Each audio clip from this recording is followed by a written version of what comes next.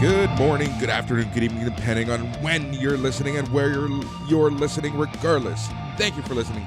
The show is NXT Talk, where we talk about all things NXT, whether it be Level Up, stateside, or UK. This is the show for you to get all the NXT reviews, results, etc., etc. We're your hosts. I'm Boris, and as always, I am here with Matt.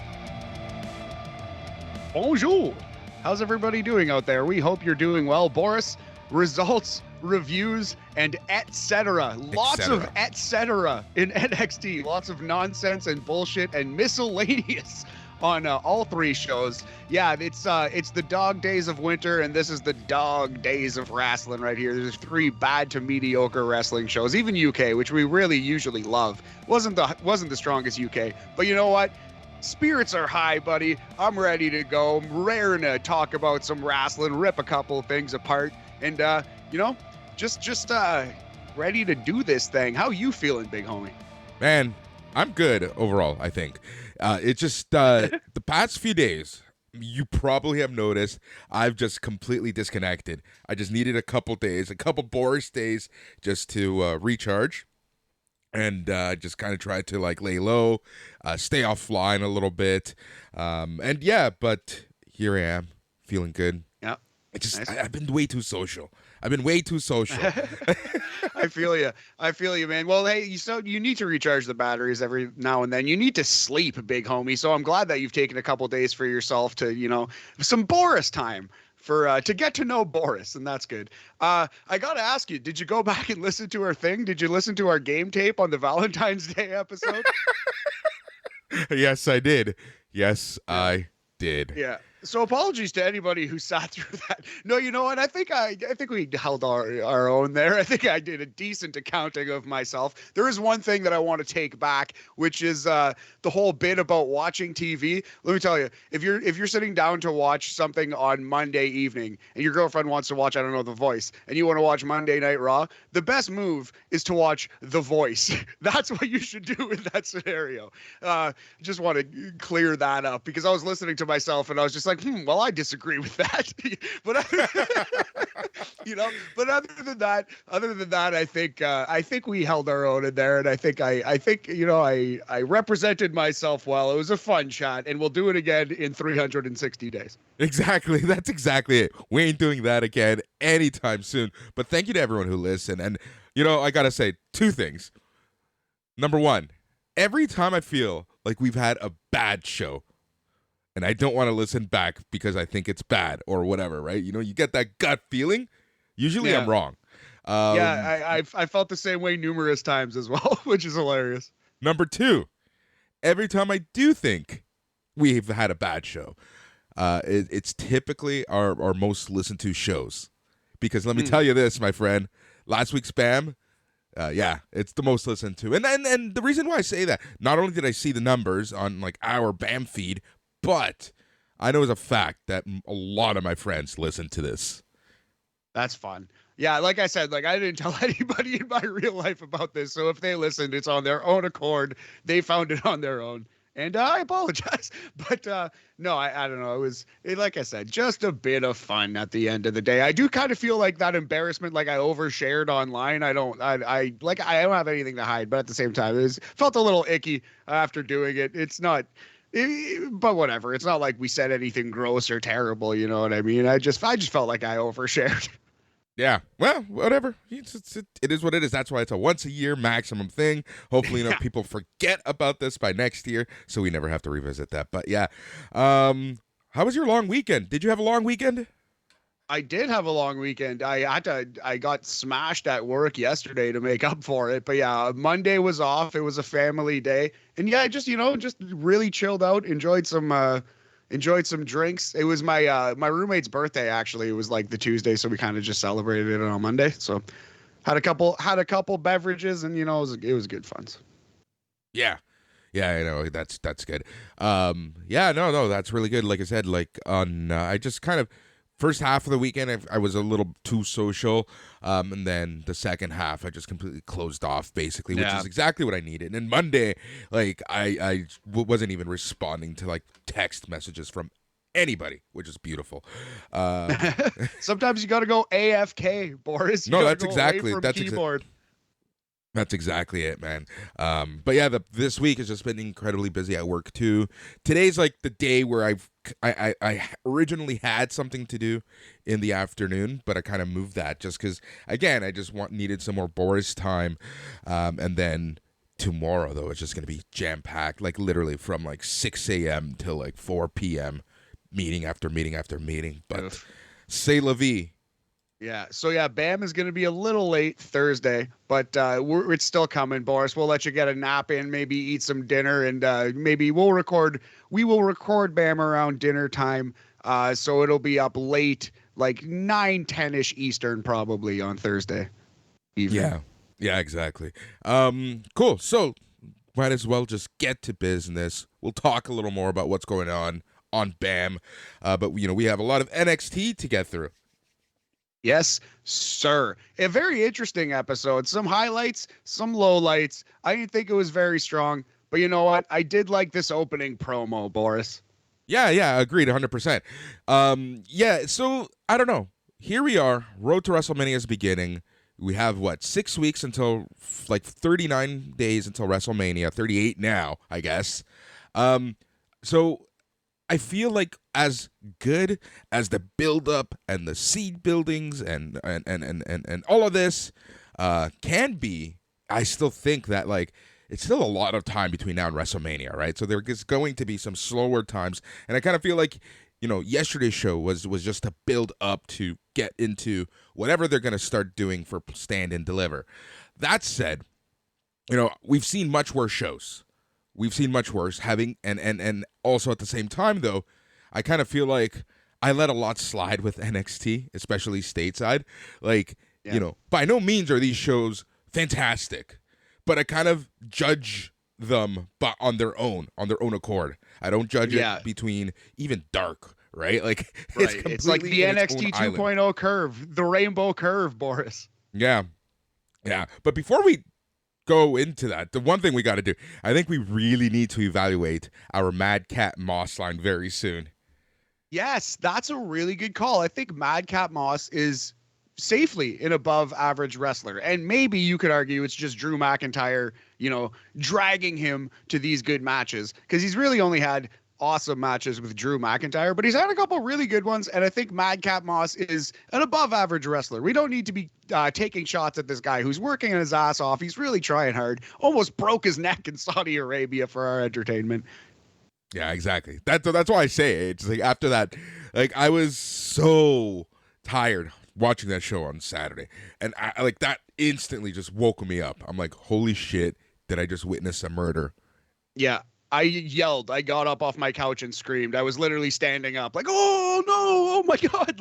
It could have been bad. It could have been a career ender, man. And you might actually be injured for all we know. Well, that's the thing. Just because you get up and you're fine doesn't mean shit, right? The adrenaline's going. You're in front of a crowd. There's the old adage, the show must go on. You know what I mean? Wrestlers, for the most part, unless you're Mystico, Sin Cara, you want to continue the match.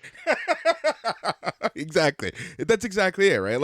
And even for me personally, when I played a lot of sports when I was younger, there were times where I had I remember once I continued playing as a catcher with a ripped hamstring. Oh, geez. That's crazy. Boris with fucking broken collarbones and ripped hamstrings, and grizzled old veteran. Oh, dude, grizzled young gun. My body is just absolutely destroyed. Oh no! If you've ever taken a look at my actual hands, they're all crooked and broken. I can't say I have. Well, you've never glazed longly at my hand. No, sir, I have not. Maybe next time we chill, I'll gaze longingly at the Boris paws. But yeah, no, they're mangled, all torn up. Oh, they're completely mangled. They're completely mangled right now. Oh, my shoulder just getting worse and worse again. Yeah, it's just everything is falling apart. Anyways, Matt, let's talk NXT. We have 3 shows to get to because we did watch NXT Lvl Up. Notice that I said we. Because like I said, I did absolutely nothing over the past few days, so I caught up on some good wrestling. But before we get to business, NXT stateside, We're the young guns. We're done with star ratings. We have a rating system du jour, something that kind of reflects that episode of the week. Matt, what are you thinking for this week? Well, there's a couple things. I feel like the biggest news coming out of this is Nikkita Lyons, however you want to pronounce her name. So we can go Lions Roars. We can do something with Bobby Roode's gimmick at the end of this show with the whole mystery cameraman. I like that. Evil cameraman out of 5 maybe is a good one. What do you think today, homie? Let's go evil Braun cameraman. Breaker rocking the Canadian tuxedo. Always an option. You know what? Canadian tuxedo. Canadian tuxedo will always win. That's the thing. The only thing is, I feel like we've done Canadian tuxedos at least once or twice on the show. Whatever. Doesn't matter. It's our show, Yeah, damn it. It is our show. And we are Canadians. Let's go with the denim. Actually, we're not at all. Yeah, technically we're both American, although I identify Canadian, Boris. I was raised here. I'll die here. I don't know, knock on wood. But you see, I wish I could put the same guarantee, but seeing how I live my life. You could end up in a ditch in, I don't know, Colombia? Who knows? Anywhere, fuck's sake, anywhere. All right, yeah, let's get to this professional wrestling program. All right, so we're doing Canadian tuxedos out of 5. Let's start with NXT stateside. So, as always, Wade Barrett, Vic Joseph are on commentary. NXT champion Braun Breaker with 2 Ks comes out in street clothes, a beautiful Canadian tuxedo. I love that you point out his chevron, how it has analog TVs. It's very strange to me. I don't really understand the point, the reference, if there is one. But yeah, his on the Chiron on Braun Breaker's little like custom nameplate. There's old school analog TV sets. Why? What's that for?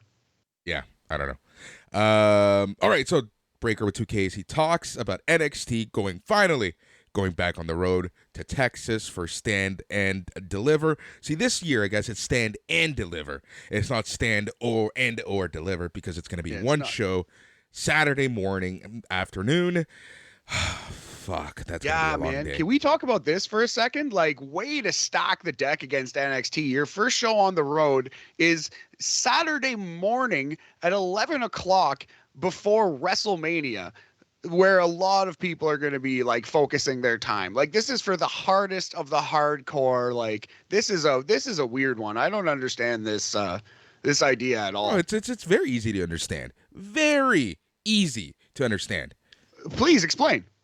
What goes on around WrestleMania? A bunch of indie shows. There you go. That's exactly it. Let's take people away from the indie shows, put them to our own show. If people are going to be watching wrestling at 9, 10 in the morning, might as well fucking watch our show.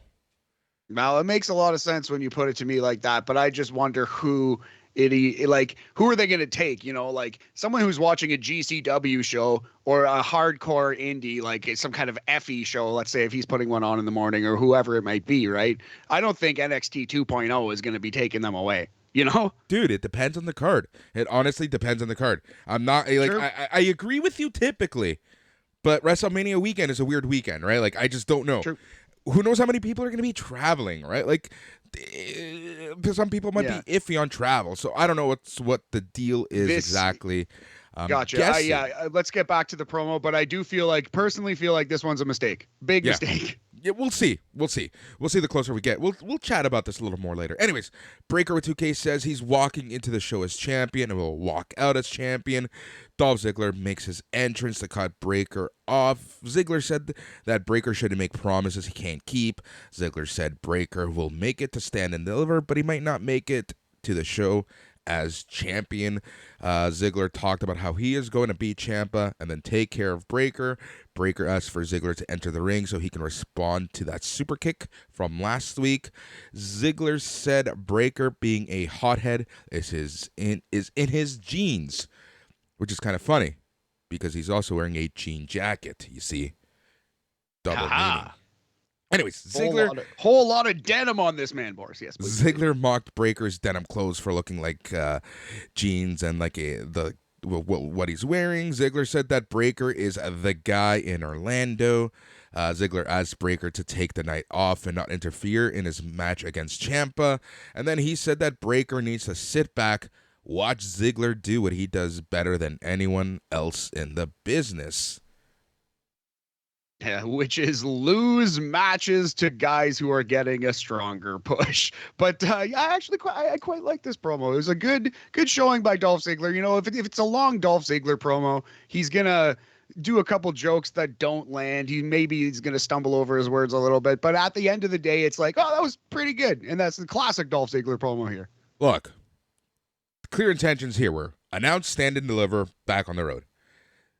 Hype up the main event. That's all they did, and it was good enough for what, like 5-6 minutes?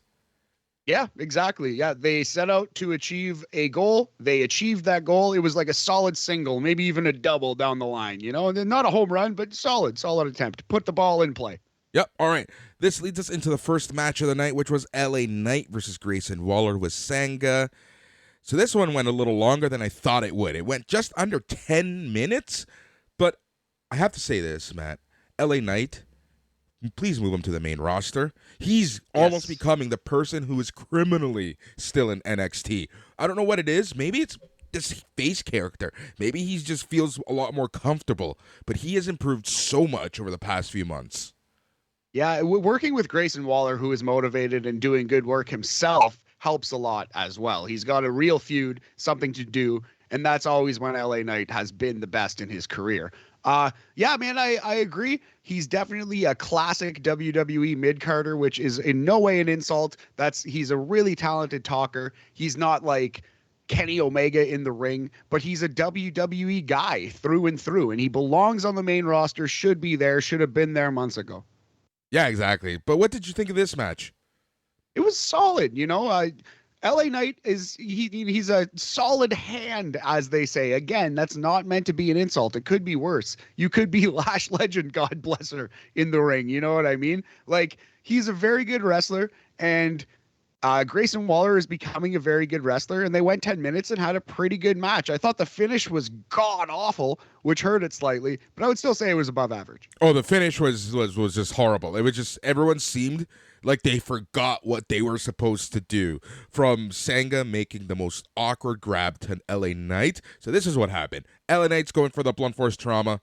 Sanga grabs Waller's arm over the rope to keep Knight from actually landing the finisher. Waller rolls Knight up in the most awkward way humanly possible. Handful of tights, apparently. Maybe I missed that, but let's just say there was a handful of tights, and he gets the win. Yes. So yeah, everything from Sanga even just grabbing Waller to us talking about it, fumbling through this, just everything just super awkward. But Sanga grabbing Waller, Waller rolling LA Knight, everything about this was just really awkward, and it actually really did take a little bit off of the match for me. Yeah, you know what? I can definitely see that. I might actually have to change the rating here on the fly, because I do agree with you. This finish was terrible. I think it all fell apart with Sanga just being late. But if this were real, LA Knight would have seen Sanga coming a mile away. Like, it made LA Knight look like a goofball. And then Grayson Waller just hit him with the lateral press, just laid on top of him, and then rolled him up and pulled the tights, but he just pinned him and won off of a missed finisher. It was just bad. Well, let's not even start with the fact that the referee himself is staring right at Sanga. Sanga's waiting on the apron for his cue, basically, right? Referee's staring at Sanga, clearly seeing that Sanga's holding Waller, and it's just let me just go with the script. Yeah, exactly. So yeah, you know what? The ending, the terrible finish did kind of ruin this match a little bit. So I would say it was a 3-star match that got bumped down. So we're going to go 2.5 Canadian tuxedos out of 5 on this one. It's no longer the Madcap Moss line, Boris. Officially, it is again the Mendoza line, and we are on the lookout for the most average wrestler in the business to fill in the Mendoza line. Yeah. Exactly. All right. So unfortunate. Yeah, it was a fun match that got ruined by the ending. I don't know what happened. It just happens sometimes, right? Anyways, after the match, LA Knight beats up Waller. Sanga tries to cut in, but Knight laid him out with the blunt force trauma. Knight also hits Waller with a blunt force trauma. Knight kind of just gets the upper hand here. So it's just a very weird, I guess, the point here is, okay, it is going to continue. This feud is going to continue, and eventually Knight's going to have his day. Yeah, and it seems like Knight's going to need a partner or some kind of backup here. I wonder who that might be. But yeah, it really does seem like this feud must continue, Boris, and we're going to get a gimmick match down the line. Yep. All right. Dakota Kai, Crazy Kai, walks up to a sleeping Wendy Chu, complaining about Chu not telling her that she signed them up for the Dusty Cup. Chu said she told Kai's friend. Kai said she's not good with friends, referencing her past partners as Tegan Knox, Raquel Gonzalez. Chu said things should work out because Chu is different. Chu left. Kai continues to talk to herself. Yep. Yeah. So, I mean, like we've said our piece about Dakota Kai and Wendy Chu. Wendy is very charismatic. Dakota Kai's trying, but I hate both of these characters. I just hate them so. All right, Vic Joseph and Wade Barrett checked in from ringside. Barrett joked that Joseph was dressed up as the Fawns. Joseph ran through the women's Dusty Cup brackets. All right. Fuck. All right. Sorry. Almost spit coffee on my microphone. Toxic Attraction are shown heading to the ring. And then we cut to... Okay, this isn't too bad. So, Cora Jade takes Raquel Gonzalez on an adventure, and they end up going to an adventure park because this week's training was actually set up by Cora Jade. Gonzalez talks about having a fear of heights, and then we get a training montage of the two. I was just begging Cora to say the word like speed and agility. Like part of like going on a rock wall or going rock climbing is to work on like, she did say core strength, which is good, but just like also speed and agility, because that's what Cora Jade brings to this team. But I really like this idea. Like we've seen Raquel do like the lifting weights and Cora basically like being the little yippy dog. But now Cora like took control, and she's been booked badly. Like in the ring, she's kind of like been a loser, quote unquote, like just winning by complete flukes, more Mikey Whipwreck than Rob Van Dam, you know what I mean? Yep. But this is where they should put this character. She's in control, she's a badass, she's cool, she does her shit, and she can handle her business. She's not just some starry-eyed girl who's there by accident, you know what I mean? This is where the character should be. I actually like this a lot. I did too. I really enjoyed this. I really enjoyed the dynamic between these two. They clearly have good chemistry. Cora Jade, regardless of how shit the script might actually be, you know, she just knows there's just something about Cora Jade and this particular character. Yeah. And I think we have, I agree, man. I definitely agree. She's super charismatic. She's got that it factor. And I think we have 3 teams who could win the Women's Dusty Cup. And they're really pushing Cora Jade and Raquel strong here. It kind of seems they're getting the most screen time. They're getting the most backstage vignettes and stuff. But they're both huge stars, right? Like this might be building their own match down the line more than it is their Dusty Cup victory. But we have 3 teams between them, Casey and Kaden, and Io and Kaylee, who all could win. Yep, exactly. All right, the hardest working reporter in all professional wrestling, Mackenzie Mitchell, joins Toxic Attraction in the Toxic Lounge, which is an area above the crowd, kind of set up to look like a VIP booth. Jane and Dolan mocked Jade's training montage. Rose had Jane and Dolan's back and said that Jade and Gonzalez are dumber than they look if they think they can beat Toxic Attraction.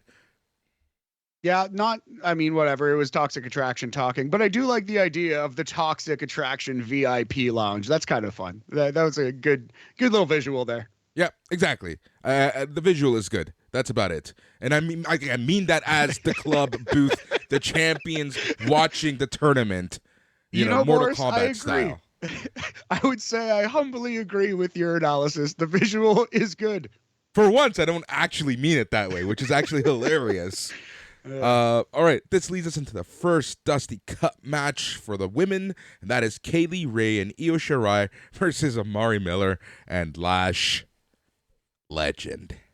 We're off to a rough start in this tournament. A terrible match that goes 2 minutes and 44 seconds by my time. Io Shirai, God bless her, was trying really hard to make Lash Legend look good. But you can see, especially later on in the show, looking at Nikkita Lyons, even looking at how far Jade Cargill has come and where she started, I don't think Jade was ever as bad as Lash Legend is. Like Lash Legend, and she is humongous. She is an excellent athlete. She has potential, but she is not ready to be on TV. There's just like the music between the notes.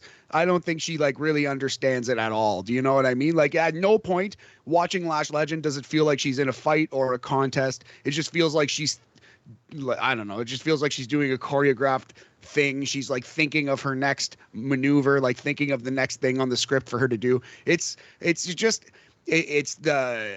just not ready for TV. It's the classic not ready for TV. I wouldn't give up on her. She's got a ton of potential, but man, oof. Yeah. Okay, but here's the thing, Matt. NXT 2.0 has been around since September. That's 6 going into 7 months. At what point do you just say it's just not going to happen? Yeah, it might not be for you, you know. Some things like don't click with everyone. It's I don't know, man. And we're the last people that should ever be talking about anyone's athletic ability, anyone's love life, anyone's anything. Like we're the last 2 people that should be talking about this stuff. But 7 months. She hasn't had much ring time, to be fair. On TV. It sucks that they don't. Yeah, it sucks that they don't have like a house show loop. But yeah, she should be in the Performance Center having like 10 to 15 minute matches every single day, figuring out exactly like it was one of her first times on TV too again. So like it's a different kind of energy. It's a different kind of nervousness. Maybe she'll settle in. I'm not saying give up on her yet. I hear what you say though, and I don't really have a strong rebuttal except I'm to not say saying she has a ton of potential still. Dude, I'm not saying give up on her. She's a good talker too. Is she though? Have you seen those promos with her? Again, we say every time that we watch it, like, oh my God, I can't believe that this is what she's reading. But I like her personality. You know what? She could be a female Trick Williams. She could be like that hype girl to a different act. Yeah, could be. We'll see. But right now, it's just not there. And this match should just not have happened on TV. This actually really, really hurt my entire like enthusiasm for the show. Like you said, the match was 2 minutes, 44 seconds. Obviously, Kaylee Ray and Io win. Lash Legend, she tags in and took a gory bomb from Ray. Shirai tagged in, gave Legend a moonsault. They both actually did a moonsault-ish thing, and they ended up winning in a very short match. Matt, good luck rating this. Yeah, 1 Canadian tuxedo out of 5. Bad wrestling match. Not an affront to the wrestling business. Io Shirai, like Kaylee Ray, they're excellent wrestlers. They did what they could. Amari Miller isn't bad. She's perfectly fine. But yeah, Lash Legend is noticeably bad. She's the worst wrestler in WWE, and it's not really even close. Is she better or worse than Dana Brooke?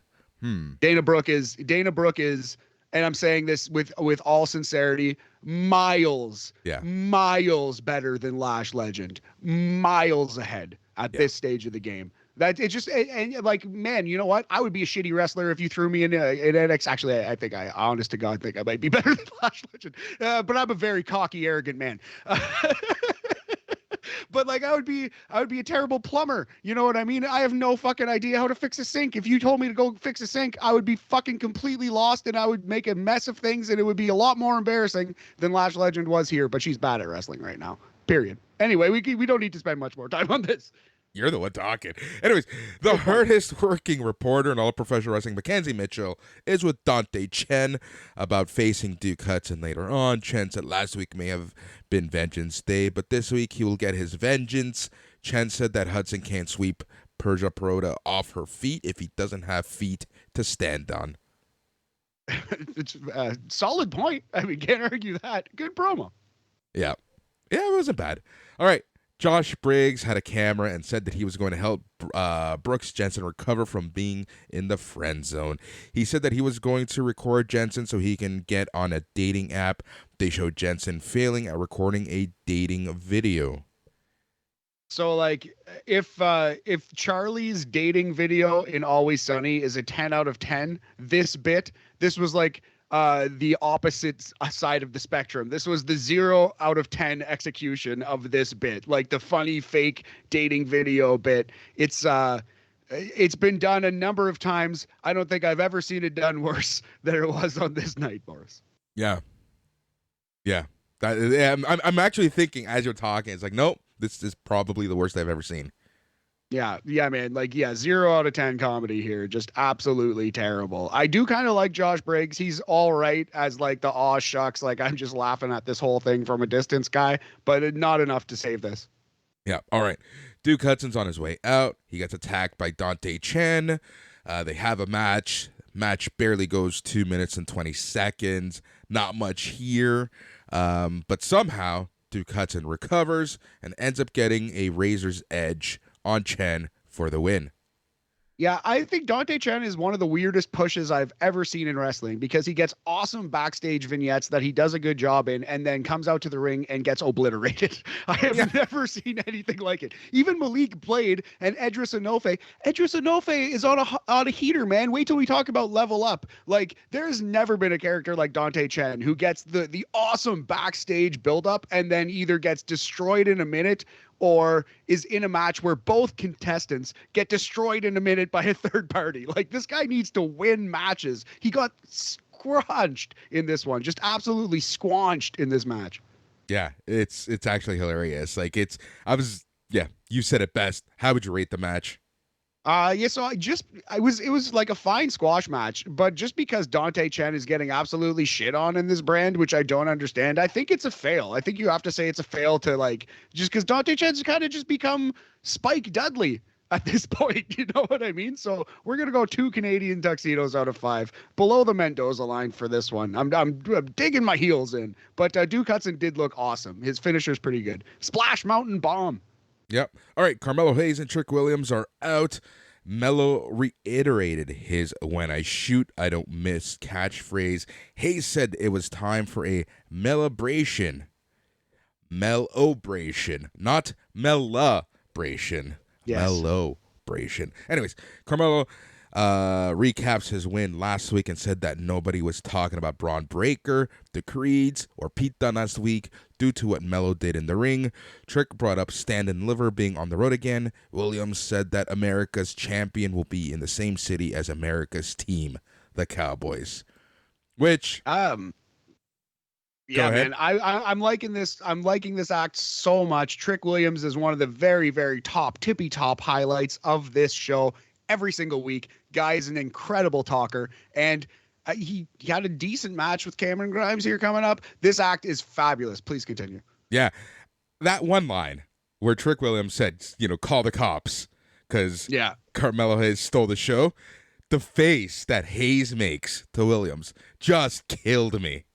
Also, a slight backhanded reference to the whole Acclaimed beef happening with Carmelo, right? Where I think was it Max Caster said this guy is the cops to Carmelo? Yep. Yeah. No, I think it was Bowens who said it actually. But yes. So anyway, a slight little reference. It would be a lot of fun to see the Forbidden Door broken for that match. Although we'll probably never see it until WWE needlessly fires Melo and Trick in 2 months. I was literally gonna say. Don't worry.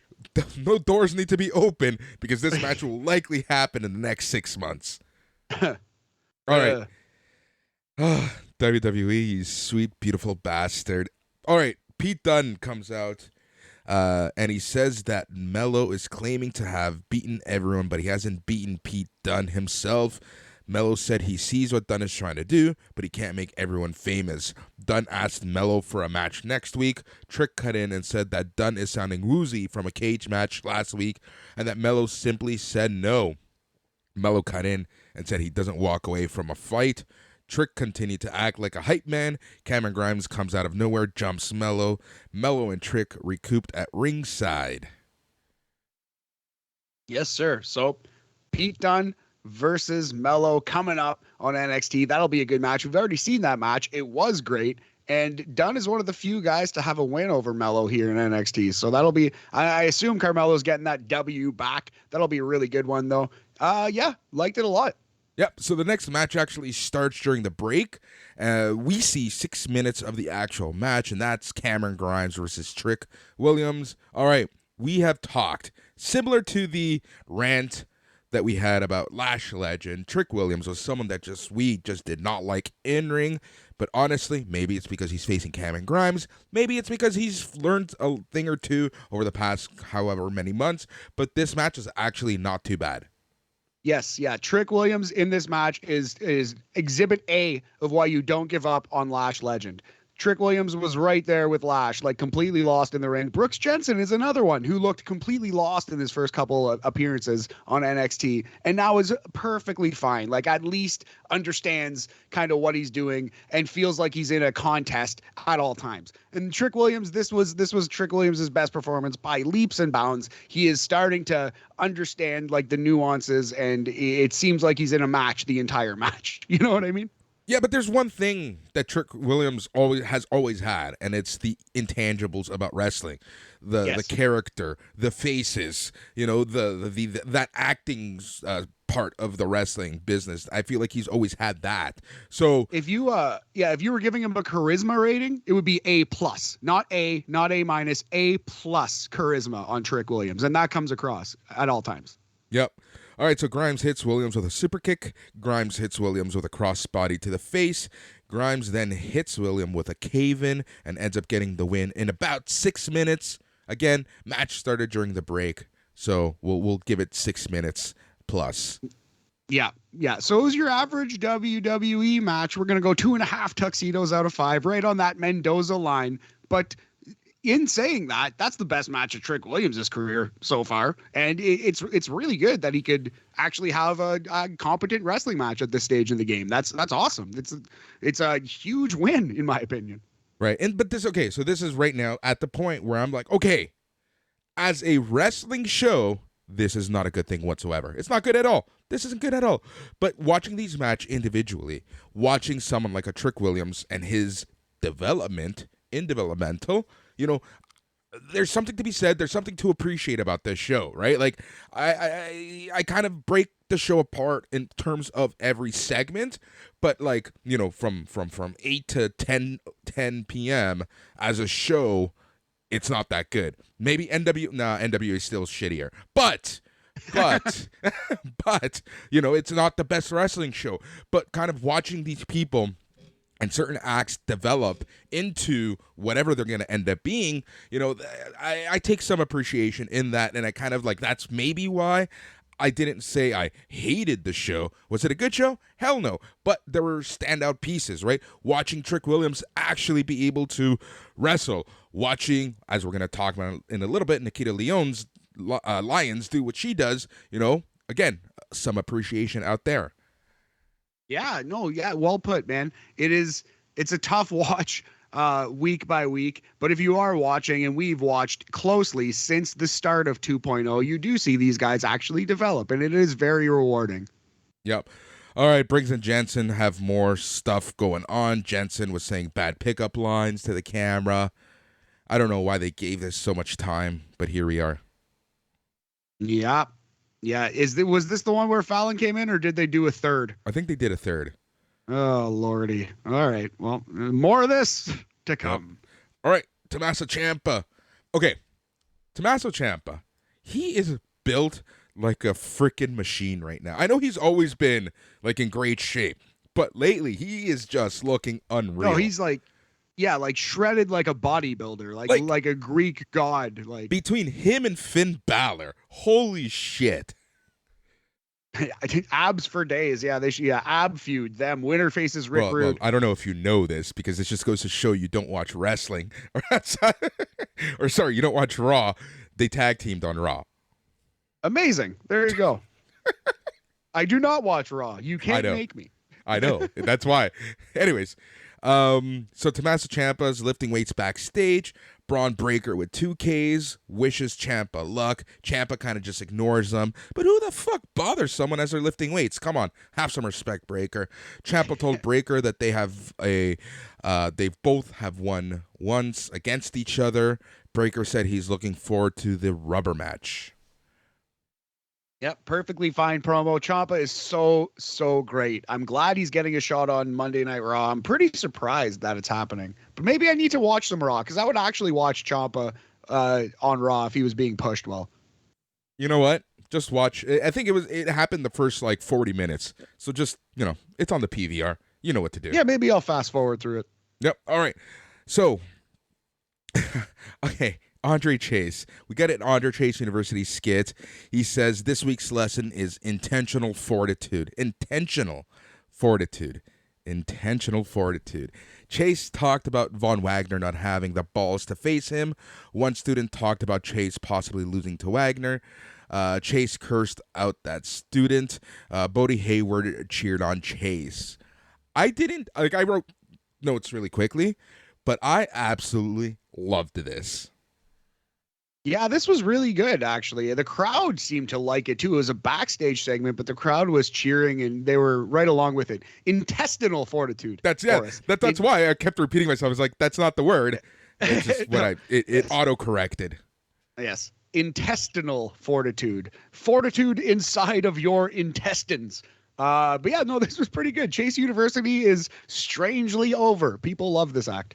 Yeah, and I kind of like this version of Andre Chase where he just in the middle of his lesson just has a freak down. He's definitely gotten over with the whole swearing at his students gimmick. Somehow it's made him a baby face. Yep, go figure. All right, Nikkita Lyons makes her entrance, and she goes up against Kayla Inlay. Yes, so I feel like we've come a long way as wrestling fans, that the main comment about Nikkita Lyons' gear was, I don't know if she'll be able to wrestle in that long term, and not, holy Lord Jesus Christ almighty. But yeah, so Nikkita Lyons is basically Sonya Blade, except she's also a singer and a dancer and a model, and I don't know, we've said it before, but she's Manic Pixie Dream Heel, but I think she's got limitless potential. She's a good athlete. She's not like Casey Catanzaro, but she's a really, really good athlete. She's got the incredible, unique karate, like kung fu offense. She's kind of like a Malachi Blackish in a little bit. She's extremely unique, incredible look. She's Sonya Blade. She's the next one, Boris. We're looking at a future NXT Women's Champion. You heard it here first. They're gonna put the belt on this girl. She's going far. I could see her against Ronda in 2 years. Honestly, 100%. 100%. She has charisma, just some natural charisma.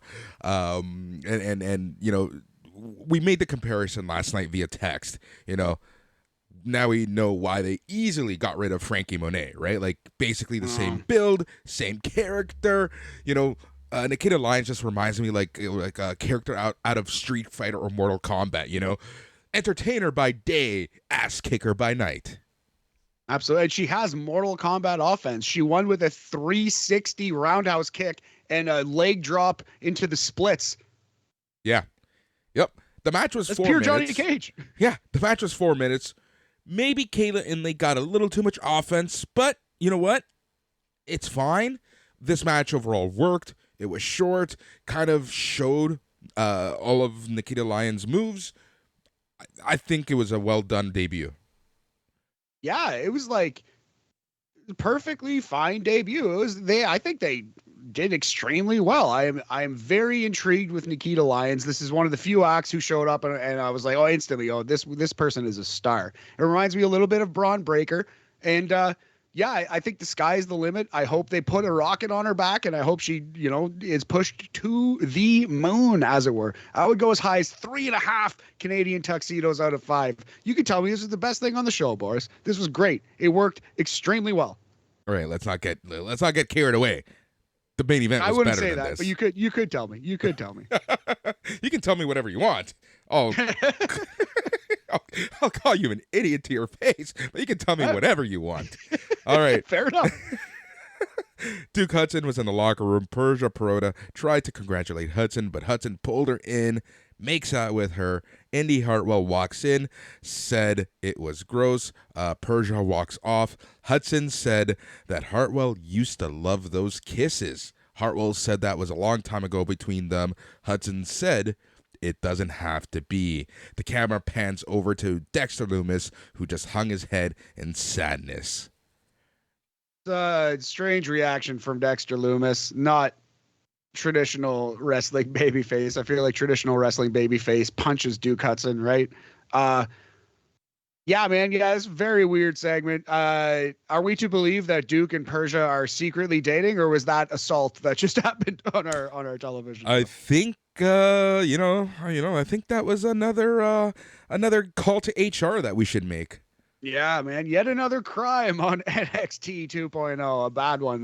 But yeah, but it was a promo. It was some character building. Eventually, we are going to see Persia Parada going heel with Duke Hudson. My guess is that Indy goes heel too and joins them, and it's an all Aussie stable. A throuple, I'm telling you. It's leaning that way. It's leaning that way. All right. Robert Stone is with Von Wagner, Von Forehead. They're shown in front of a black backdrop. Stone said that Chase is stupid for challenging Von Wagner. Stone said that Chase is going to leave out of this match next week, filing for permanent disability. Stone said that this is Von Wagner's world. Wagner said, and you're just living in it. Needs a better catchphrase, but perfectly fine promo from heel manager Robert Stone. You know what? I'm digging this version of Robert Stone a lot. Yeah, same. He just needed to tone down the wacky a little bit, and he has. He's still entertaining. He's still bombastic, but he's just not like screaming like a chicken with his head cut off, running around the ring like a complete fool. Yep. All right. Alicia Taylor introduced the Dusty Road Classic winners, the Creed brothers. The Creed brothers and Malcolm Bivens made their entrance. Bivens talks about Imperium being good, but not having NCAA or Olympic accolades like the Creeds. Bivens talked about how Imperium claimed to be fighting champions, but haven't defended their titles in weeks. Bivens said that Imperium are turtleneck wearing and wiener schnitzel eating bitches. Bivens just steps up, casually delivers the best promo on the entire show by a grand chasm. Just knocks it out of the park. Bivens was on fire tonight. Yep. Gunther, Bartel, and Aichner make their entrance. Gunther told Bivens to show Imperium respect. Bivens called Gunther Gunna. Gunther said it's pronounced Gunther. Imperium entered the ring. The Creeds brawled with Bartel and Aichner. Gunther was about to attack Bivens, and this is when Solo Sikoa shows up, knocks Gunther out with a super kick. Bivens gives Solo a nervous thumbs up. Yeah, the shaky hand thumbs up. Very cheesy, but I laughed. It's wrestling at the end of the day, you know. But yeah, Malcolm Bivens just a highlight. I was surprised at Sikoa laying out Gunther though. That was a pretty big push for Baby Oos here. Yep, agreed. But you know what? Why not? Like they say, you know, he came like, well, he's gonna talk about this, but he came looking for the big dog. Funny enough, and he took him out, right? So I kind of like this. Yeah, absolutely. It puts Solo Sikoa at a level, and they've been pretty careful, like telling you Solo's a big deal. Like he doesn't lose very often. He's not undefeated. Is he undefeated still? I think he might I don't know. I don't remember. For some reason, I feel like he lost one, but yeah, I'm not staring at his record right now. But yeah, a huge push for Baby Oos here. Yep. All right, so Fallon Henley meets up with Briggs and Jensen, who are still trying to record Jensen's dating video. Henley said all you need is a profile picture for the dating app and not a video. Jensen asked Briggs why he went through all the effort of putting a video together when they didn't have to. Briggs has said that Jensen's bad love life is an odd form of entertainment to him. Well, it's funny because we just did that exact thing, basically, so I can't really make fun of this segment too bad at the end of the day, because we were Brooks Jensen not but 1 week ago, Boris. Anyway, yeah, no, I do. This was pretty bad. I'm glad that Fallon Henley finally showed up and actually was like, hey, like no dating site requires a video. I don't know what the hell you guys are doing right now, but it makes no sense. Like, just let me take a picture and I'll put it on Tinder for you. So I don't know. Out of all of these three never-ending skits, the best part was Fallon Henley just going, hey, this whole thing's dumb. Yep. I don't know what the end game here is going to be. I don't know. Do I care? I don't even know if I care. Yeah, no, I think it's just something to do. The end game appears to be him ending up with Caden, right? Like they're trying to push a will they, won't they, but it's not landing yet. Yeah. All right, so Dolph Ziggler was shown getting ready for his match against Tomasso Ciampa. The hardest working reporter in all of professional wrestling, Mackenzie Mitchell, showed Joe Gacy and Harlan footage of Draco Anthony working out at the Performance Center at 2:39 in the morning. Gacy and Harlan showed up to antagonize Draco. Gacy downplayed their interaction. Yeah, Gacy being super creepy in this promo, but I kind of like it. It does seem like Gacy is going to add a man to his stable here pretty soon. Yep, that's what it's looking like for sure. All right, so the next match is for the Women's Dusty Cup, and that's Casey Catanzaro and Kaden Carter versus Ivy Nile and Tatum Paxley.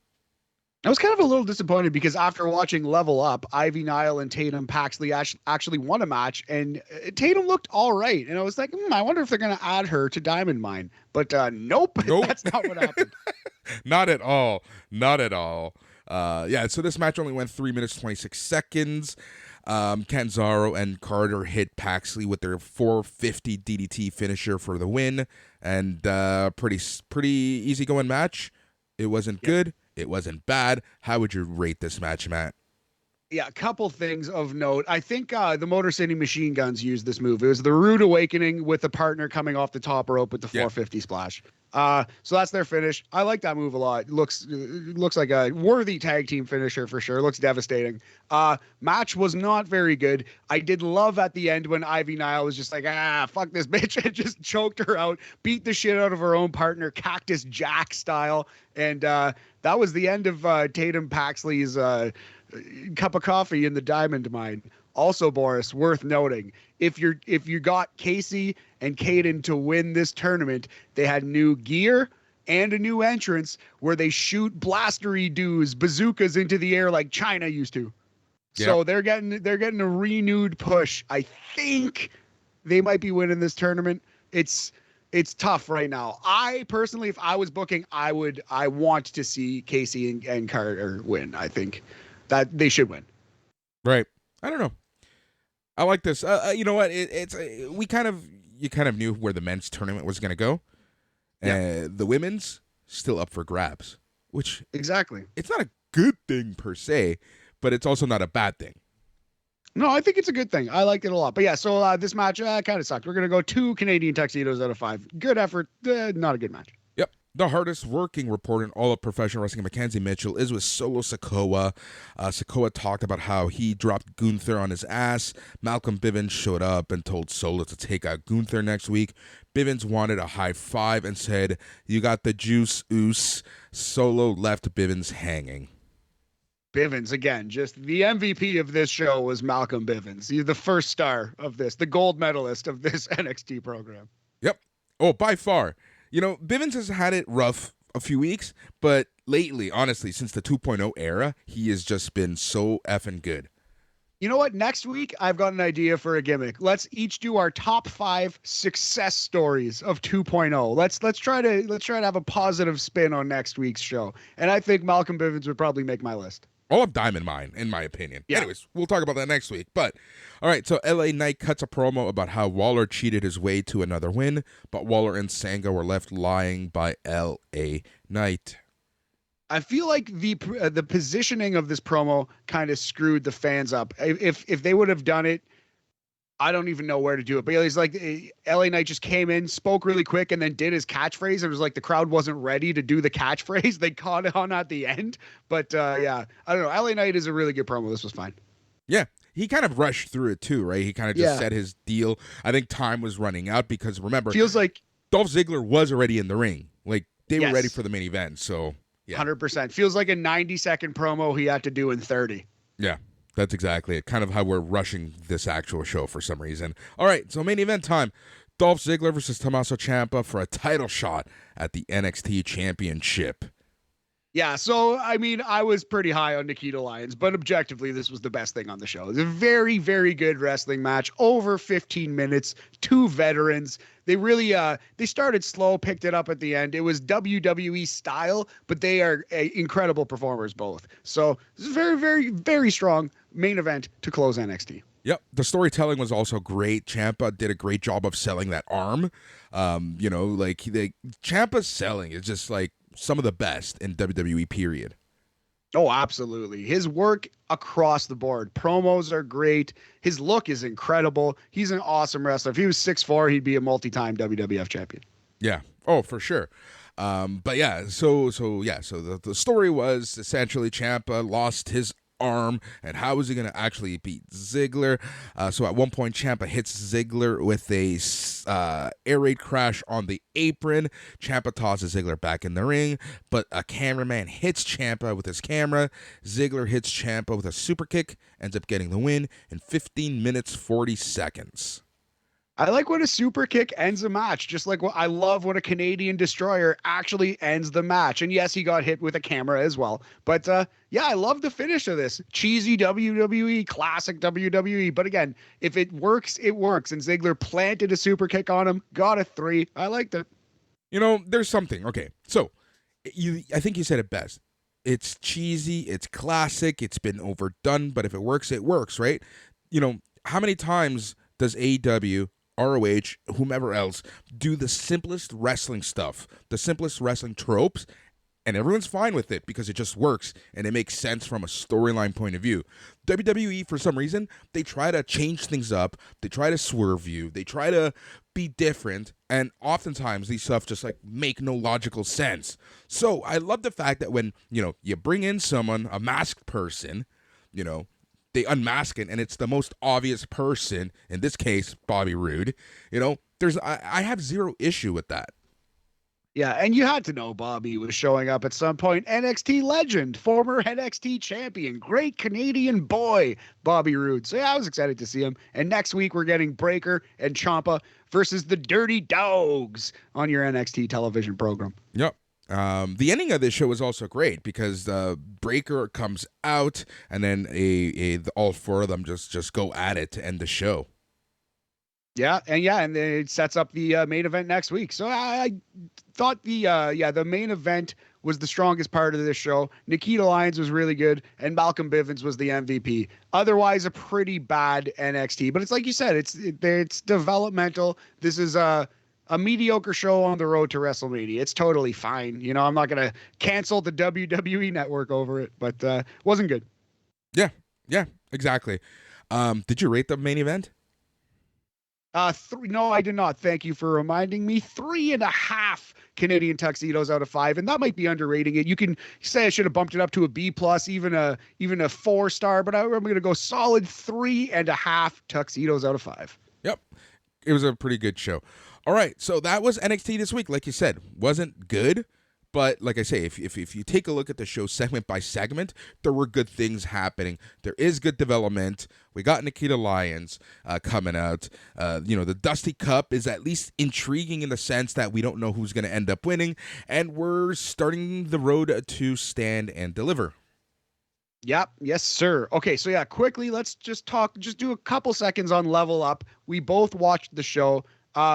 First of all, what did you think? How did you like it? It was NXT's main event. It wasn't bad, you know. It's a quick hour, and it was fine. Like, it was fine for what it was. I kind of like seeing people who we don't see on NXT TV actually getting matches. Yeah, it was nice to see someone like Idris Enofe get some long quality time in the ring with Kushida, who's an incredible in-ring wrestler. Agreed. How did you feel about the commentary?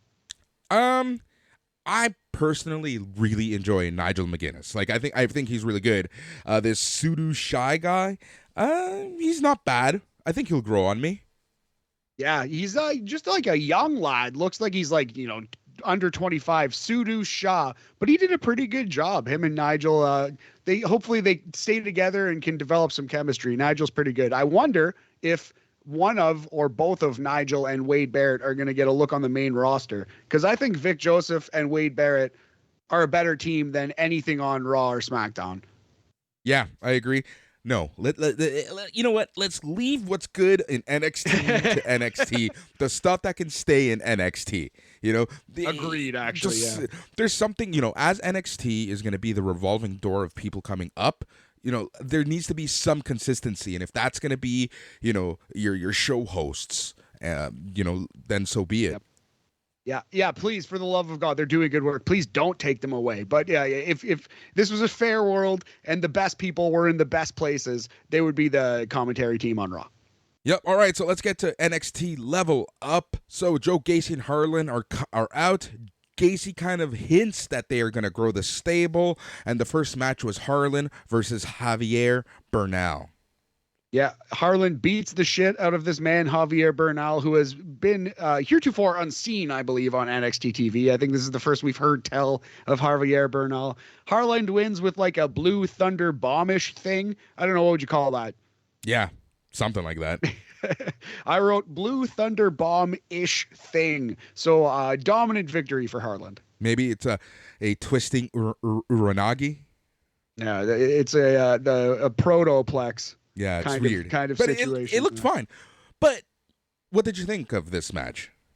Hey, I mean, it was a basic WWE squash. They're pushing Harlan pretty hard. He needs more ring time, but he's okay. I like his beat the opponent's head into the ring spot. He's all right. Yep. All right. Second, how would you rate it? Probably, let's go 2 levels out of 5. Jesus. All right. Second match was Ivy Nile and Tatum Paxley versus Kayla Inlay and Fallon Henley. This was actually pretty good. I didn't hate this at all. Ivy Nile's coming a long way. Kayla Inlay is a scrappy little jobber type. You know, she's like a lower mid carder who loses a lot, but she's figuring it out in the ring. She has a lot of energy. We definitely there's something to this Kayla Inlay. I quite like this match. I was kind of excited for Tatum Paxley too. For her first appearance, she looked all right. Yeah. I think the women's division is going to be just fine in NXT and WWE. Like, they have some pretty good up-and-comers for sure. But this match, I liked it. I liked it a lot, and Ivy Nile, I still think that this is the year of Ivy Nile. Yeah, she kind of held this thing together, one clean, dominant in the end with her hands clasped behind the back, dragon sleeper. And maybe I'm being a little too generous to this one, but yeah, I was very impressed with all 4 people. I'm going to go as high as 3 ups out of 5. It's a 60% old man in the movie up percentage. All right. And the main event was a match that surprised me. 2 people who I never would have thought to want to be in the ring together. And that's Kushida versus Idris Enofe. Dude, I really enjoyed this match. I mean, objectively speaking, low on the list of Kushida's matches of all time because he's had matches against incredible Hall of Fame level wrestlers. Like Santos Escobar. And this was a guy who was just starting out. But Edris held his own. He looked really good. And Edris Enofe defeated Kushida clean in the middle of the ring with a shooting star press that looked like he landed knees first on Kushida's groin. It looked like he kneed him right in the balls, and it hurt a lot. Yeah, it did 100% look like that. But yeah, so a shockingly competitive match that Idris won clean in the end, and a true kick in the balls for Kushida fans, literally and figuratively. We're gonna go 3 level ups out of 5. It's a solid 60% best thing on the show. Right. All right. Let us jump the pond and talk about the last NXT show of the week.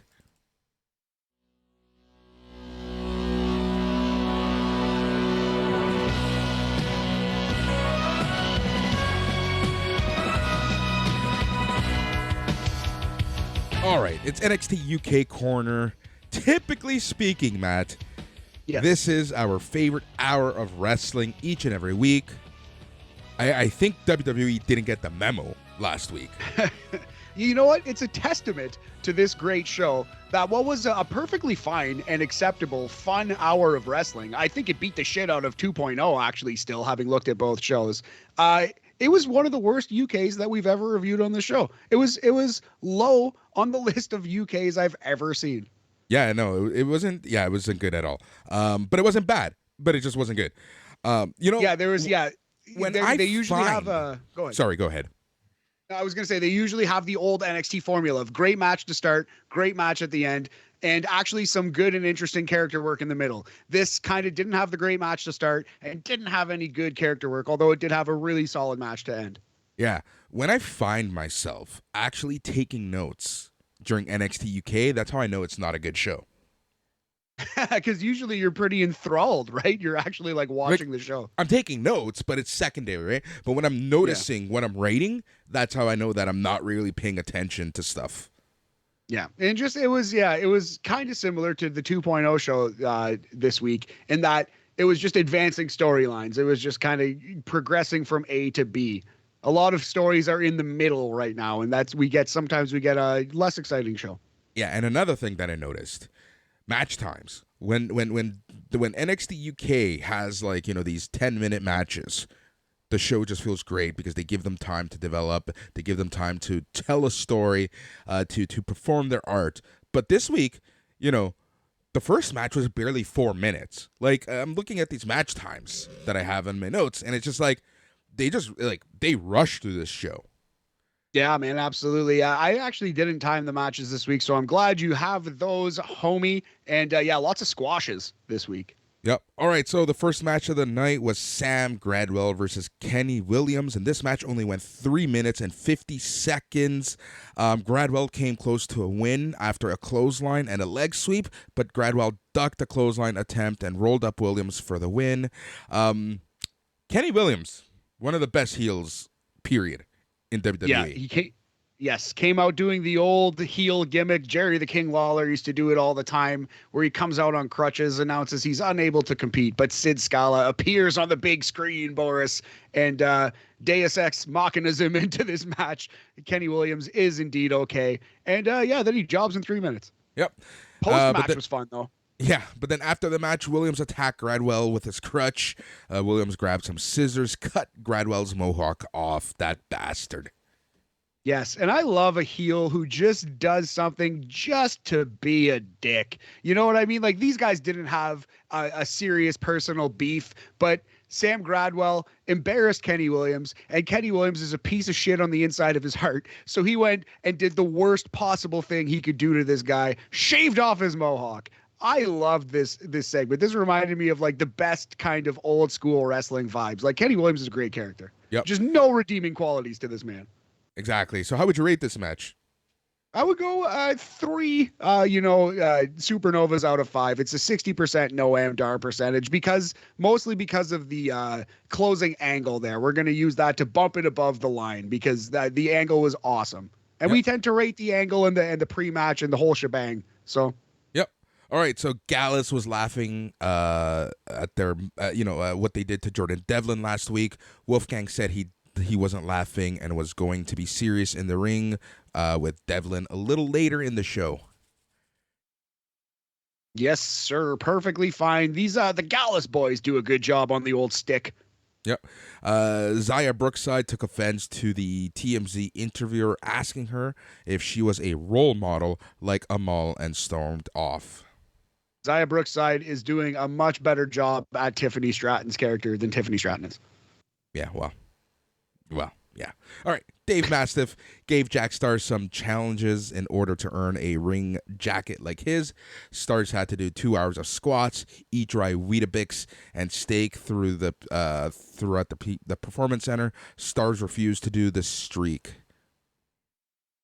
Yeah. So this was a bit of comedy and it missed for me. This was not very funny. I didn't laugh once. You respect the attempt, you know what I mean? But yeah, swing and a miss on this one. Yep. Emilia McKenzie versus Angel Hayes. This match went 4 minutes, 58 seconds.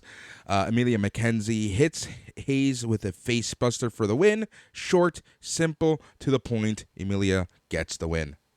Yeah, pretty average WWE match. But yeah, she basically reversed like a Rey Mysterio style Casador into kind of like a glam slam, I think you would say. And that was the finish there. So I thought this match was pretty solid. Nothing wrong with it. Nothing particularly right with it. We're going to go 2.5 supernovas out of 5 for this one, buddy. Yep. And then in a very weird twist, I didn't see this coming, but Nathan Frazier challenges Ilya Dragunov to a match for his NXT UK championship. He beat Teoman, but I want that fucking match with Charlie Dempsey. God damn it. Same. And I'm sure they'll get to it eventually. Like, Fraser is not going to win the title, right? So maybe this is just something to do in a couple weeks because Fraser's doing such good work. He deserves the title shot. I understand that. But I agree with you wholeheartedly. Give me Nathan Fraser versus Charlie Dempsey, or give me a grim death via the Black Plague. All right. Teoman reflects on his loss to Frazier with the rest of Die Familia. Charlie Dempsey said the loss could bring them closer together. Stevie Turner made her entrance, as this leads us to the next match of the night, which was Stevie Turner versus Myla Grace. This match went 4 minutes, 35 seconds. Stevie Turner hit a kick and a side slam for the win. Yes, just to briefly go back to the Die Familia promo. I really like the production on these Die Familia promos. They really seem like a movie, you know what I mean? And it's very unique, and nothing is produced like those in NXT UK. So those always stand out like that a lot. Stevie Turner wins a pretty basic, boring-ish match with a side effect. Shout out Matt Hardy. Yep. Where the hell are we? Oh, yeah. Miko Satomura, they're going to have a celebration for her on this week's show. We get a hype package for the NXT UK Tag Team Championship match that has Mustache Mountain facing Ashton Smith and Oliver Carter. We also got an announcement that Zaya Brookside would face Amal this week. Yes, coming up soon, Thursday. That'll be a fun match, actually. Both of those combatants, performers, I think are pretty solid. Just to cross our T's and dot our I's, the previous match, I would go 2 Supernovas out of 5, Boris, for that one. Every match has gotten slightly worse on this show so far. Yep. And then the main event, they did give this match a lot of time. But like we said, this episode just felt like it was mainly promos, story progression. Nothing wrong with that, but just, NXT UK, I'm used to 3 awesome matches, not like, 3 squashes and a very good main event, because the main event was Jordan Devlin versus Wolfgang. Sorry. Yeah, no, fine. Very, very good main event, though. It was a good match. It went a little too long. But yeah, or if not, you're going to get, if not 2 or 3 great matches, what you're going to get is an incredible promo, or at least a very interesting, unique feeling promo package. And maybe we were just getting spoiled, but they did try it this week with the Jack Stars and Dave Mastiff thing. They took a shot at like a unique, funny thing. It just didn't quite work out. So I still think that you're getting those every week. It just you can't, you can't fucking score a 3-pointer every time, Boris. Exactly. You really can. All right, so this Jordan Devlin versus Wolfgang, it went about 13 minutes and 50 seconds. Like you said, it did go a little long. Devlin with the win after a 450 splash. I like this match overall. Same. If we were, I would say it's right up there with Ciampa versus Ziggler. Ciampa versus Ziggler is probably a little better, but it was a kind of similar feeling match, and I liked it a lot. 2 veteran wrestlers having a solid wrestling match in there. In the main event of a TV show, I would go 3.5 Supernovas out of 5 for this one. Devlin wins with the 450, like you said. Yeah, I'm actually shocked because I legit thought we were going to see the Coffey brothers and then maybe some Noam Dar and Shaw Samuels to like set up a 6-man, but no, they kind of just let this match go clean. That's true. That is interesting. I am expecting that down the road, but I guess we can get there in a week or 2. Yeah. So yeah, that's the match. Matt, how would you rate it? Oh, yes, sorry. Yeah, I think I already said 3.5 if I did not, out of 5 Supernovas. Yeah, solid match. Kind of probably the second best match on the podcast today, buddy. Yeah, probably. All right, so that is 3 NXT shows, 4 hours of NXT, 1 hour of us talking about everything. Yes, we watched 4 hours of NXT. Yeah, can't promise that we're going to watch Level Up every week. I love UK, though. I'll definitely watch UK every week. And 2.0, that's basically why we're here, buddy. So I'll probably be watching that one every week as well. Exactly. All right, so SNME listeners, we have a bunch of shows still coming up this week. The midweek markout is out already. Came out a little earlier today being Wednesday. Thursday, you're getting BAM! We're going to be talking some Impact. We're going to be talking some sports. We're going to be talking some what's new in the life of Matt and Boris. Then on Friday, we have the old Fs coming back at you with All Elite Weekly, talking all things AEW Dynamite.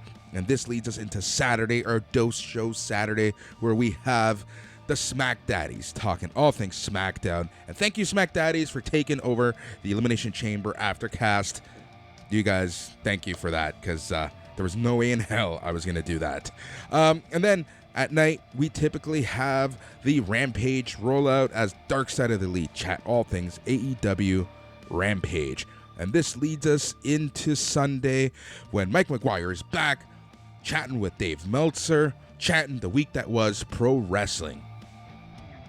Yes, sir. Yeah, lots of good things coming up. We might have a little interview ski for you tomorrow on BAM. We're working on that. We'll get back to you. But yeah, lots of things coming down the pike, buddy. I think on Sports-Wise, we're going to talk a little Zion Williamson and maybe a little Martin St. Louis coaching the Habs.